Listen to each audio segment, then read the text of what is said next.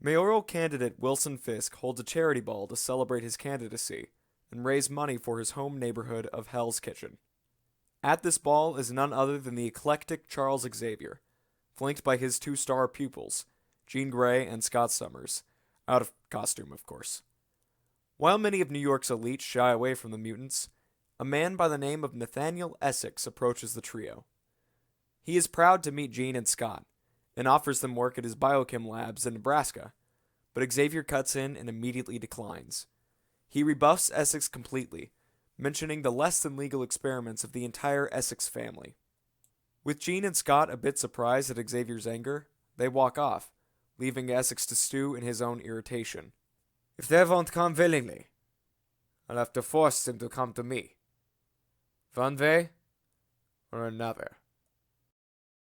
Dum dum dum dum dum dum dum dum dum dum dum dum dum dum dum dum dum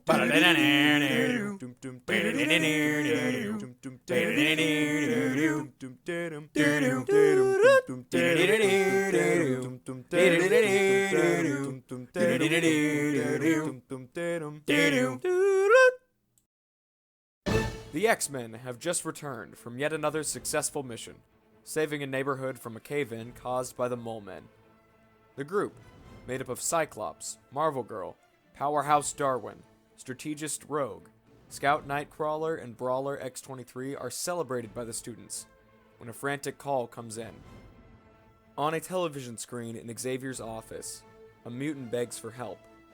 Her name is Marrow, and she claims she is the leader of the Morlocks, a band of disfigured mutants hiding in the New York sewers. She says that they are under attack, and that she would never ask for the X-Men's help unless it was necessary. Professor X seems to recognize Marrow, causing confusion in Cyclops. There's a society of mutants that the X-Men didn't know about? Professor X implores Cyclops to be careful in the mission, but he doesn't explain why. Regardless, the X-Men are dispatched to answer the call. The two youngest X-Men, Nightcrawler and Laura, are excited to help this mysterious group in need, while Rogue is a bit more nervous. With Cyclops and Jean discussing the strangeness of the whole affair, Darwin keeps everyone's spirits up by reminding them that these are people in need, and no matter where they've come from, the X-Men will give them help. The X-Men follow the message into a massive sewer community, where morale is very low. Marrow is leading her Morlocks and disposing of many dead bodies. She explains that a band of Marauders have been striking similar colonies, kidnapping members and leaving the rest dead. All that is left of their group is in this cluster, and the X-Men needs to protect them. Jean asks who the Marauders are. As far as Morlock knows, there is a man who calls himself Sabretooth, a woman controlling energy swords, and 3 powerhouses they haven't been able to get a good look at. The X-Men split up to protect different areas. Soon enough, another attack comes. Cyclops and Jean, in the central community, meet Sabretooth, who seems to be enjoying himself immensely. No matter the power of the 2 strongest X-Men, Sabretooth seems to shrug off psychic blasts and immediately heal himself. He tries to attack the weakest Morlocks, but Jean holds him off. Darwin, leading Nightcrawler and X-23, meets Psylocke. She can construct weapons out of psychic energy, yet seems a little out of it herself. She is quick and nimble, matched only by Nightcrawler's teleportation. Finally, Rogue had gone off by herself to get a lay of the land, where, in one of the empty tunnels, she meets a man calling himself Gambit. Gambit seems far less certain of his purpose. The Marauders claimed he was a lookout, fulfilling a debt for their leader. When he refuses to say who's in charge, Rogue fights him. The central fight seems to be going the X-Men's way, when a chemical blast rocks the ground. Jean is knocked to the ground by the explosion, and Cyclops follows as a solid block of ice smacks him in the face. Out of the shadows of the sewers, a portal opens, and out come 3 more mutants. What looks like a small blue gorilla, a bird-like man with 4 giant wings, and a man made up entirely of ice. Sabretooth starts cackling. "The cavalry's here, boys!" Cyclops stands, shakily, not amused. "So what? You have some big guns." The winged man snarls. "It's been a while, Scott. How's the professor?" Jean is startled. "What?"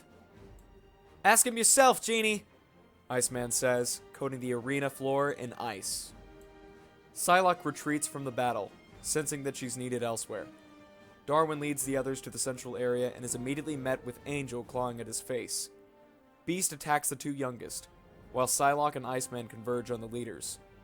All the while, Sabretooth attacks the Morlocks, trying to take out as many as possible. It's only a massive psychic blast from Jean that pushes them back. Sabretooth growls, ordering a retreat, but not before he catches Scott off guard with a powerful right hook to the face. "We're just taking the one for now." Scott, and a few Morlocks, are quickly gathered up. Beast throws a vial on the floor and a portal like the one before opens. The Marauders step in, with Scott in tow. It closes behind them. The defeat is devastating. Jean is horrified at the result, not knowing what to think about the events.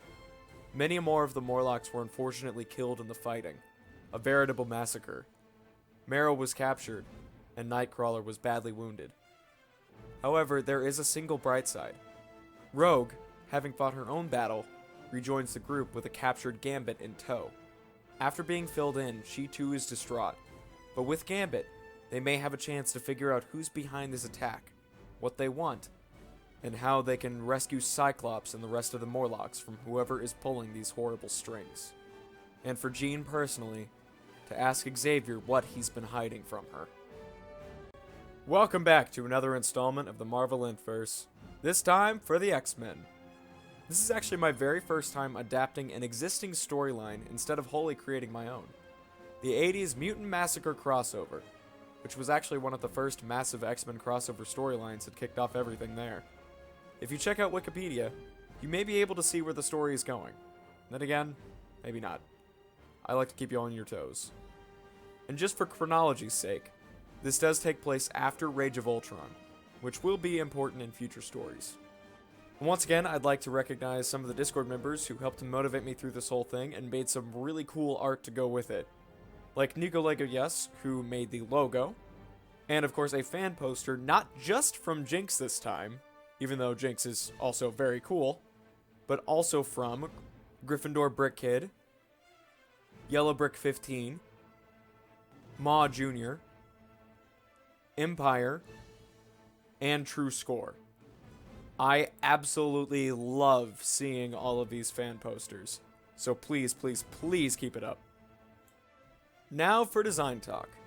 When it comes to the X-Men, my main prerogative was more mutanty, whatever that meant. I have nothing against the classic designs, of course, but I feel that if they're supposed to be mutants apart from society, it doesn't make the most sense for all of them to look like humans, but red sunglasses. This is, of course, stressed with Cyclops being an actual Cyclops, Angel, Beast, and Iceman looking like, well, a biblically accurate angel, a beast, and a block of ice. Massive credit to Benjamin on Instagram for inspiring the latter three.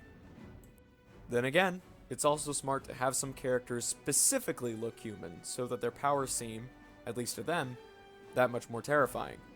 Jean Grey and Rogue are the perfect examples of this line of thinking. And most of the team was completely redone from previous versions, like with the Avengers, with the special edition of Darwin, a character whose power set is really cool, and First Class totally squandered. As for the Marauders, I chose the most famous members of previous iterations of the team, being Sabretooth, Psylocke, and Gambit. All three have a flair that I particularly love, which is matched by the three heavy hitters that their benefactor added late in the game. A fun villain group if I ever saw one. Part 2 will indeed be coming very soon, where we'll find out if the team can rescue Cyclops, save the Morlocks, find out who is trying to kill them, and put a stop to whatever sinister plan is unfolding before their very eyes. I'm really enjoying doing these Nth-Verse stories, and if you'd like to see more, please like the video, comment your favorite parts of the story or favorite character designs, and subscribe for more. And if you'd like to continue the conversation, please join my Discord server, where I share a lot of behind-the-scenes stuff and first looks at all of the different characters. So, keep an eye out for everything new that is coming soon, and until next time, later.